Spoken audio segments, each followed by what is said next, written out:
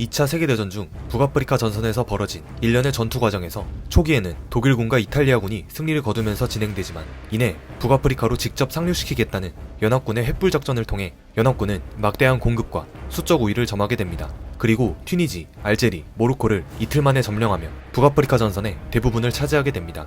이로 인해 연합군은 유럽 전선으로 넘어갈 수 있는 교두보를 확보하게 되고 이는 추축구 붕괴의 시발점이 됩니다. 아프리카 집단군을 이끌던 롬멜은 더 이상 아프리카 전선에 가망이 없는 걸 깨닫고 우크라이나에 있던 히틀러에게 철수를 요청합니다. 하지만 고집쟁이 히틀러는 2차 대전 내내 승리 아니면 자살이라는 구호를 외쳤기 때문에 롬멜의 철수는 당연히 허락될 수 없었고 롬멜은 강제로 병가 처리되면서 아프리카 전선의 지휘권은 아르님에게 넘어가게 됩니다. 한편 북아프리카 전역이 튀니지 전투를 끝으로 막을 내리면서 연합국 간의 다음 공격 목표를 두고 논쟁이 벌어졌습니다. 미국과 소련은 프랑스 북부에 상륙함으로써 제2전선을 형성하여 동부전선에 부담을 줄여주는 것을 주장했습니다. 반면에 영국은 이탈리아에 상륙 후 이탈리아를 추축국에서 완전히 이탈시키고 독일의 남쪽을 공격하자고 주장했습니다.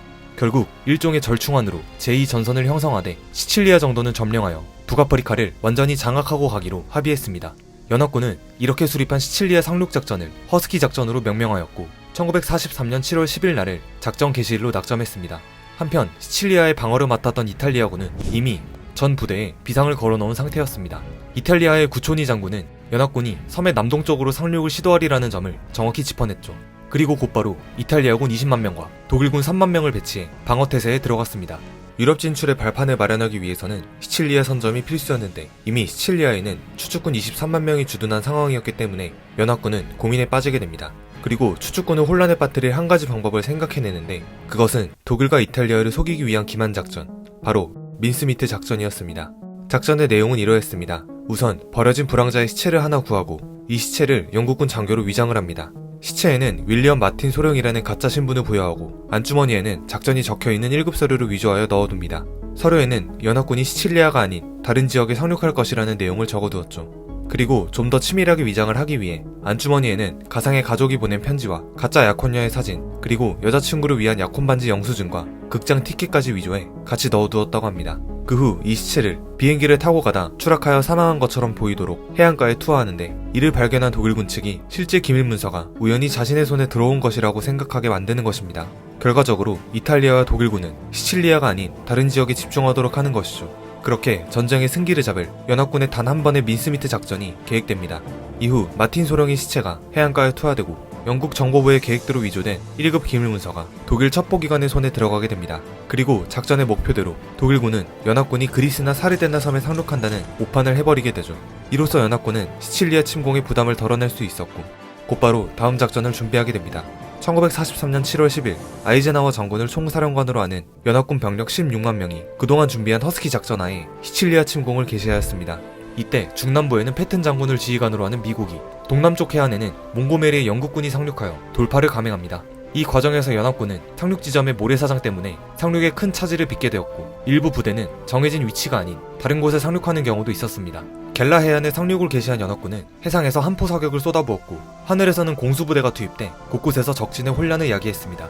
상대는 북아프리카에서 대부분의 전력을 상실하고 약체라고 평가받던 이탈리아군이었지만 이들은 연합군에 맞서 치열하게 싸웠습니다. 또한 겔라 인근에서 2차 대전 역사상 유례가 없던 장면이 나오는데 바로 전차와 군함 간의 포격전이 벌어집니다. 독일의 티거가 해상에 있던 연합군 함대를 향해 포탄을 발사하고 미국의 전투함도 이를 맞받아치면서 양측의 치열한 포격전이 오가는데 이 포격으로 인해 독일의 17대의 티거 중 14대를 손실하게 되고 이 하루 동안 전투에서 미 육군은 2300여 명의 사상자가 발생하죠. 그리고 가까스로 겔라 교두보를 확보하는 데 성공한 미군은 시칠리아의 중심지 팔레르모를 향해 진격하기 시작합니다. 서쪽 지역은 비교적 전력이 약한 이탈리아군이 방어하고 있었기 때문에 미군은 빠른 속도로 방어선을 붕괴시키며 전진해 나갈 수 있었고 이 과정에서 400대의 차량을 노획하고 5만 3천여 명의 이탈리아군을 포로로 잡게 됩니다. 한편 동쪽에 상륙한 몽고메리의 부대도 이탈리아 해안 방어부대를 쉽게 격파하고 메시나를 향해 북상하기 시작했습니다.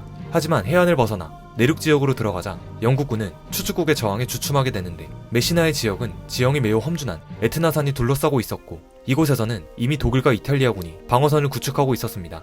7월 23일 급기야 영국군 단독으로 메시나 점령이 어렵다고 판단한 헤롤드 알렉산더 장군은 팔레르모를 점령한 미군에게 메시나로 진군할 것을 요청했습니다. 이로써 미국과 영국 연합군이 서서히 메시나를 위협하게 되었고 도저히 이길 수 없다고 판단한 추축국은 그제서야 시칠리아에서 철수를 준비합니다. 험준한 산이 둘러싼 이곳에서 이들은 최대한 시간을 벌면서 병력을 이탈리아 본토로 후퇴한다는 계획을 세우는데 8월 11일 독일과 이탈리아군 10만 명은 시칠리아를 포기하고 메시나 해협 너머에 있는 이탈리아 본토로 철군하게 됩니다. 그리고 연안에 해안포 수백 대를 설치하는 등 이어질 연합군의 이탈리아 상륙에 대비하기 시작하죠. 반대로 시칠리아를 점령하는 데 성공한 연합군은 주중에 저녁에서의 전투를 끝내기 위해 이탈리아 본토 공습을 준비하게 됩니다. 연합군에게 시칠리아 섬이 점령당하자 이탈리아의 국내 상황 및 여론은 더욱 악화되었고 무솔리니의 전쟁에 대한 비난 여론이 고조되었습니다. 이미 이탈리아는 전쟁 이후 영국의 경제 봉쇄로 인해 극심한 생활고를 겪고 있었습니다. 당시 이탈리아 국민에게 주어진 식량 배급은 독일 치하의 폴란드인들이 받는 양과 별 차이가 없을 지경이었죠.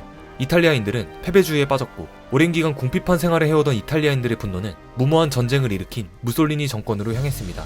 하지만 무솔리니는 시시각각 다가오는 신변의 위협을 모른 채 7월 19일 북이탈리아의 한 별장에서 히틀러와 회담을 하고 있었습니다. 이날 히틀러는 거만하게 굴면서 무솔리니에게 패전에 대한 책임을 따져 물었으며 무솔리니는 히틀러의 태도에 충격을 받았습니다. 이 회담에서 두 독재자는 둘 다 한심한 모습을 보였는데 히틀러는 허세를 떨며 그저 신무기 개발 같은 터무니없는 제안만 꺼냈고 무솔리니는 지실대로 지쳐서 히틀러의 말을 건성으로 들을 뿐이었습니다. 그동안 화려한 언변과 제스처, 강한 카리스마로 이탈리아 여성들의 인기를 한몸에 모았던 무솔리니였지만 전쟁의 스트레스와 지병의 위궤양으로 몸은 말이 아니었습니다. 그리고 두 독재자의 만남이 있던 이날 1168톤의 폭탄이 이탈리아에 떨어졌습니다. 사태가 심각하다는 사실은 부정할 수 없었고 이탈리아 국민들은 파국에 대한 상실감이 이루 말할 수 없을 만큼 커져갔습니다. 이탈리아의 붕괴가 임박하자 마침내 무솔리니 정권을 실각시키려는 움직임이 본격화됐는데 이에 앞장선 사람 중 하나가 바로 무솔리니의 사위였습니다.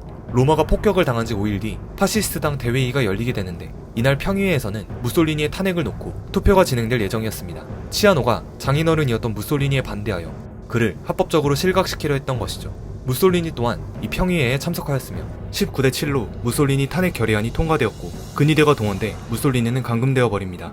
무솔리니가 감금된 장소는 높고도 먼 산중에 홀로 남겨진 호텔이었으며 과거에 자신이 만들어 놓았던 이 호텔이 본인을 가둔 감옥으로 사용되었습니다.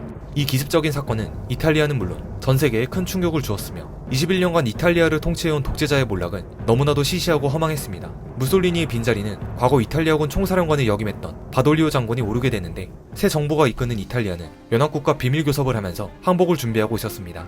독일에게는 전쟁을 계속한다고 했지만 뒤에서는 추축국에서 탈퇴하겠다는 내용을 작성하고 있었죠. 한편 히틀러는 무솔리니가 축출되었다는 말을 듣자마자 이탈리아의 항복은 시간 문제라고 보고 항복했을 때를 대비한 새로운 작전을 준비하기 시작합니다.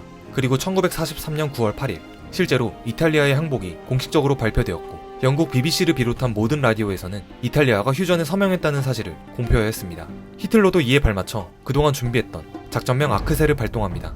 이탈리아가 연합군과 합세하기 전에 이탈리아 전역에 주둔한 모든 이탈리아군을 신속히 제압하고 이곳의 군사기관과 무기고 등을 장악한다는 계획인데 이 계획에는 무솔리니 구출 작전이 포함되어 있었습니다. 이런 긴장 관계에도 불구하고 이탈리아의 바돌리오 정권은 국민들과 군대의 지지를 전혀 받지 못하고 있었고 자력으로 독일군을 막아낼 능력도 의지도 없었습니다. 국로는 완전히 분열되었고 군대는 무솔리니에 계속 충성하여 독일과 함께 싸우려는 골수 세력도 있고 더 이상 싸울 이유가 없다고 자포자기한 사람, 몰래 빨치산에 가담한 사람 등 엉망진창이었습니다. 때문에 독일군은 신속히 이탈리아에 들어올 수 있었으며 이탈리아군은 제대로 저항 한번 해보지 못하고 강제로 무장해제 당한 채 60만 명이 노예로 끌려가게 됩니다. 히틀러는 연합국에게 항복한 이탈리아군을 반란군 취급했고 저항하는 자는 사살해도 좋다는 명령을 내렸습니다. 무자비하게 학살당한 장병의 시신은 매장할 가치도 없다는 이유로 시신을 태워버리거나 바다에 던졌습니다. 불과 어제만 해도 동맹국이 이제는 상전으로 바뀌었으며 그렇게 이탈리아는 한쪽은 독일의 치하에 다른 한쪽은 연합군의 치하에 들어가게 됩니다. 남의 나라 군대에 의해 전 국토가 전쟁터가 되어 두 쪽으로 나눠져 버린 것이죠. 연합군이 로마를 장악하는 데 실패하자 독일의 보복을 두려워한 바돌리오 총리는 국왕과 왕족을 데리고 연합국 진영으로 피신해버립니다. 그리고 독일은 무솔리니가 있는 위치에 특수부대를 파견하여 감금돼 있던 무솔리니를 구출하는 데 성공합니다. 이로써 무솔리니를 실각시킨 치아노와 그 정적들은 반역자로 체포되어 총살을 당하는 등 비참한 말로를 겪게 되죠. 한편 이 시기 동부전선에서는 독일군과 소련군의 전투가 정점을 찍기 시작했습니다. 이곳에서는 그동안 동부전선에서 벌어진 수많은 전투 중 가장 치열한 지상전이 벌어지는데 그것은 바로 쿠르스크를 무대로 한 역사상 최대 규모의 기갑전이었습니다.